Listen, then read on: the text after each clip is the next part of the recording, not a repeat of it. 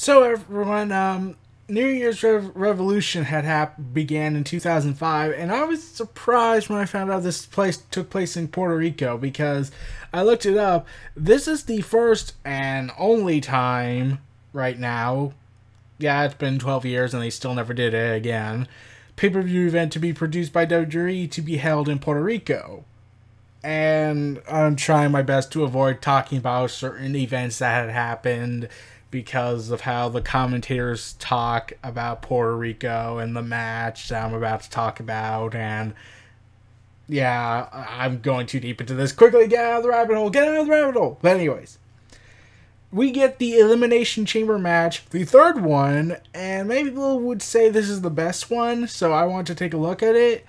So anyways, after what happened in 2004 in December during a match between Triple H, Edge, and I'm trying to remember, if it was Chris Benoit or Chris Jericho, but Randy Orton had almost screwed Triple H out of the title for the World Heavyweight Championship back when, it meant something. Even though it went to Triple H mostly, it at least meant something before it became a joke in the later years after, the brand extension ended. And even then, it started losing value.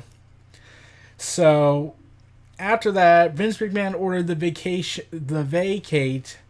vacating of the World Heavyweight Championship, and it would be up to Eric Bischoff to make the decision.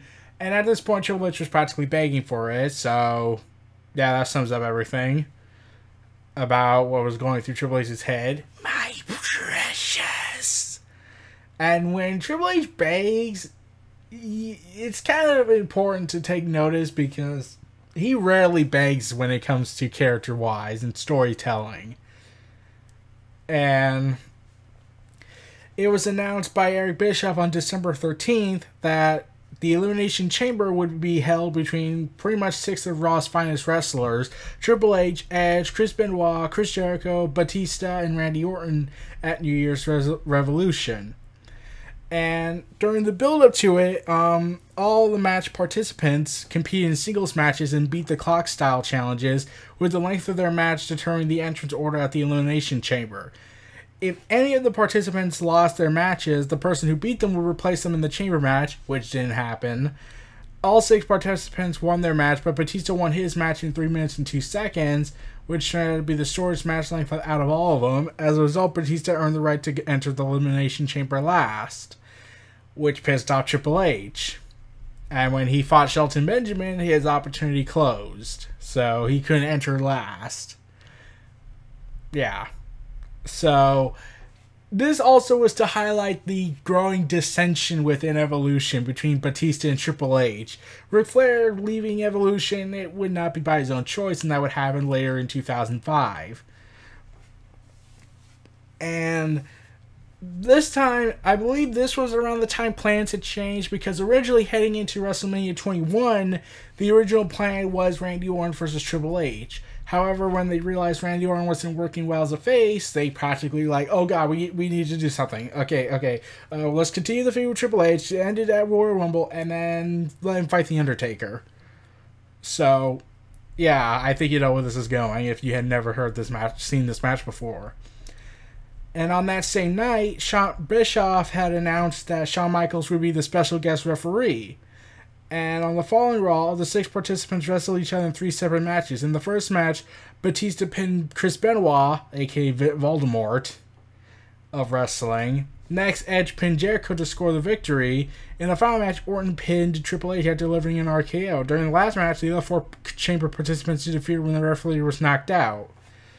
So then we finally got this and that, and and during the show, I believe Edge was trying to find a way to get out of the match because Shawn Michaels was involved, but I didn't watch the whole pay-per-view because I had heard the pay-per-view sucked, and considering what happened on the show, yeah, I think that was for the best.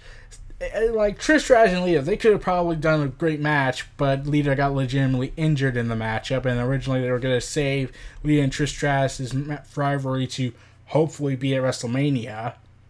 Sadly, that would never happen.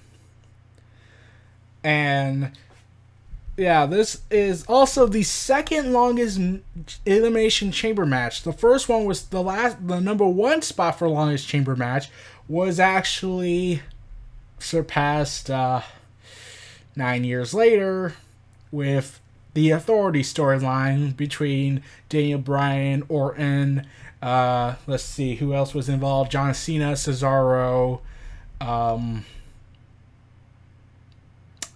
yeah, I don't remember. I'll have to look at that later, but those were the 4 participants I remember. Oh, Sheamus and Christian. And for extension, you can also say Bray Wyatt, Kane, and the rest of the Wyatt family since they got involved in the match. So let's see. I watched this match, and here's the best way to describe this match. This was brutal. Like, really brutal. And here's the thing that really surprised me. Jim Ross botched his line on several occasions. I'm surprised he wasn't fired after that. Because Vince had been looking for any excuse to get Jim Ross fired. I'm surprised he didn't say, "You botched your line, you're fired." Because as we all know, Vince hates Jim Ross. For the simple fact that he has an opinion that's different from Vince's.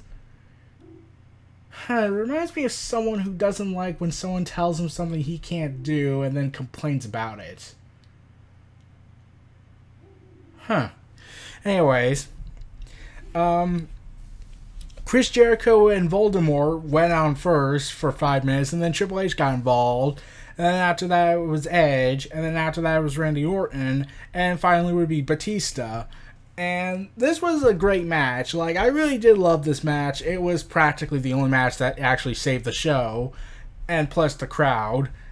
And it really does, like, make me glad that this was during a time where the audience would always pop for anything. Something that's really missing nowadays. It could make even the worst match look at least a bit exciting when the audience is like screaming at the top of their lungs. But nowadays, you either get quietness, or when there's an Attitude Era moniker, it gets mentioned and then they freak out. Or when, you know, the top guys are competing, and that's always in the middle of the show. Or in an NFL season, it's like at the 2nd hour mark.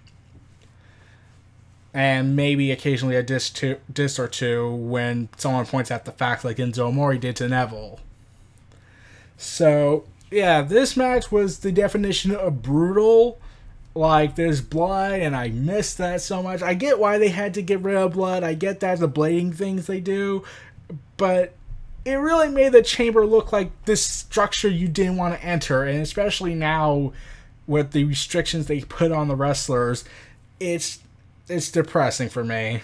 Like, I get why medical reasoning, especially after what happened 2 years late, especially what happened a year or two later with Voldemort, that they had to be like, oh shit, we need to be more serious with our medical reasonings. Yeah. Anyways, Shawn Michaels. I was like, when I heard Shawn Michaels was the special referee, I was like, oh, so what did he do that wasn't supposed to be what a referee does and does anyway? To be honest, he only did this twice. That's surprising, especially it being Shawn Michaels of all people, because even if he's reformed now, from his edgy gimmick, from edgy attitude he had back then when he was on drugs and whatnot, you would expect, well, as Shawn Michaels on TV, he can be just as crazy as Shawn Michaels from '98. Instead, he only had minimal involvement, and he had warned people during the show that if provoked, he will retaliate. And Edge did that by slapping him, I believe, after he tried to pick him up. And Shawn Michaels super kicked him basically out of the matchup, thanks to Chris Jericho's help, surprisingly. And I love that they highlighted Shawn Michaels' history with all of them. Triple H and Batista being in Evolution. Randy Orton being part of Evolution at the time when he was fighting Shawn Michaels. Edge and Benoit. Yeah. And Chris Jericho of all people, yes. But, yeah, like, I really love that they, like, you know, did continuity. And honestly, I was a little surprised that he had very little interaction with Triple H, because They just got done after a huge Hell in a Cell match that lasted for 47 minutes. I'll be sure to talk about that one day. And you would think that with, you know, the history between Shawn Michaels and Triple H in the modern era of that time, during the Ruthless Aggression era, you would think there would be something. But no, the only time he ever had an involvement with Evolution was when Ric Flair tried to interfere. And Shawn Michaels basically beat him up for that. So eventually, yeah, Edge gets eliminated, then Benoit gets eliminated by Batista, pinned after a spinebuster to Jericho onto Benoit. Yeah, and the commentators, I'm trying to wonder, wait, why are you all freaking out like this is something you've never seen before? I'm like, Coach, I can get to an extent, but why Jerry Lawler and Jim Ross? Like, isn't Jim Ross, like, from WCW and NWA? Doesn't he have, like, history with that? With a problem maneuver that someone slammed on somebody? So, yeah, I was wondering that when I was listening to the commentary. So, yeah, I was confused by that. And after he eliminated Benoit, Batista then did the Batista bomb and eliminated Jericho after 1 minute and 20 seconds or so. And then it came down to Randy Orton versus Evolution. Batista was RKO'd. Yeah, after being low blow by Orton. Something that you don't expect from a face in this day and age. And then Triple H, after help from Batista and Ric Flair distracting Michaels, I wouldn't say distract, more like got his ass handed to him. Triple H won after a pedigree, and he became a 10-time WWE World Champion. Or at least a 10-time overall champion, since he's held the WWE and World Heavyweight belt. Oops, I said belt. That means Vince is going to be mad when he listens to this if he ever believes in the internet. And here's the thing, I was, like, in this day and age, like, you either got a clean victory or you had a series of subplots. This sort of did a mix of both, at least how I saw it. Because not only did it continue some storylines, specifically Batista, Orton, Triple H's saga and Evolution, and it would also kickstart a feud between Shawn Michaels and Edge for a little bit, until Shawn Michaels moved on to Kurt Angle. I believe that was the same year, but yeah, it was Kurt Angle. It was Kurt Angle for WrestleMania 21. 22 was Vince McMahon versus Shawn Michaels. And yeah, here's the thing. I can understand why Edge was mad since Shawn eliminated him. Basically helped Chris Jericho eliminate him for the Royal Rumble match. That lasted for a little bit less than a month, so at least Edge got the victory on that. But Triple H was now a 10-time champion, and he gets to feud with Orton one more time, and Batista would win the Royal Rumble match. And at the same event, like I said, Triple H defeated Orton to retain the World Heavyweight Championship, and at WrestleMania, Orton, Triple H, and Batista would move on to 2 feuds. Orton would move on to The Undertaker, thus turning to the dark side again, and Batista would move on to fight Triple H to capture the World Heavyweight title. And this also is Triple H's last time being World Heavyweight Champion. Yeah, he never won the big gold belt ever again after this event. After he lost it, it was no more. He would win the WWE Championship for the next couple of years, but he wouldn't win the World Heavyweight Championship ever again. Yeah, I was a little surprised by that. Like, I would think, like, Triple H, of all people, would want to still be World Heavyweight Champion, or at least go after it again, because, well, he always loved, like, from the documentary Thy Kingdom Come, it seemed like that belt was more important to him than the WWE Championship in terms of what it's represented for him. Like, even Ric Flair told him that if this was so many years ago, if Triple H was in WCW, they would have had a match and Ric Flair would have let him have the victory and win the belt. which is the ultimate respect Triple H probably ever got from Ric Flair from that kind of length. So, yeah. And there was and Chris Benoit, well, okay, yeah, it is uncomfortable to talk about him considering the circumstances surrounding him, which is why I just call him Voldemort of wrestling. He does this big maneuver off top of one of the pods. That probably didn't help much with his health. I like, granted, it was awesome, but with his health at stake here, yeah. So, this match practically was the only thing that made a New Year's Revolution actually memorable, because everyone has said the same thing. The rest of the show sucked. Yeah. And considering Eugene got hurt and Lita got hurt and Muhammad Hassan's future was going to be destroyed in a couple of months, yeah, you could say this show was practically kind of pointless.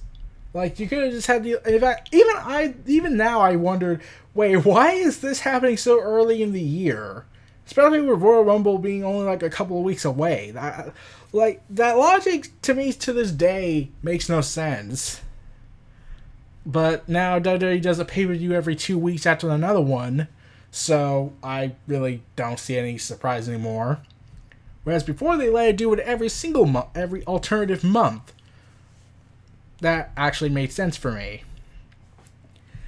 So, like I said, and I don't know what Chris Jericho and Benoit did afterwards. I do know they went on to WrestleMania in the first inaugural Money in the Bank ladder match. But after that, what were they doing previously before WrestleMania? Like, I know they probably fought in the Royal Rumble, but I probably was wrong. I'm probably wrong on that, but still. But like I said, this match was the definition of brutal, and I really would have loved to see WWE go back to Puerto Rico and do another show like this, but they haven't done a pay-per-view event at Puerto Rico in years. And considering the circumstances recently, they probably aren't going to go back anytime soon. Yeah. Yeah, I'm going too deep on this. I don't want to talk about it, but yeah. What happened right now in Puerto Rico, tragedy, and especially since there are issues with friends who are currently having issues there with the territory of Puerto Rico. Yeah, I'm not going to get into this. It's a personal matter. So, those were my thoughts on New Year's Revolution's inaugural third Elimination Chamber matchup. This was Neo Reality Entertainment. Feel free to like, comment, subscribe, and donate. Stay tuned for more.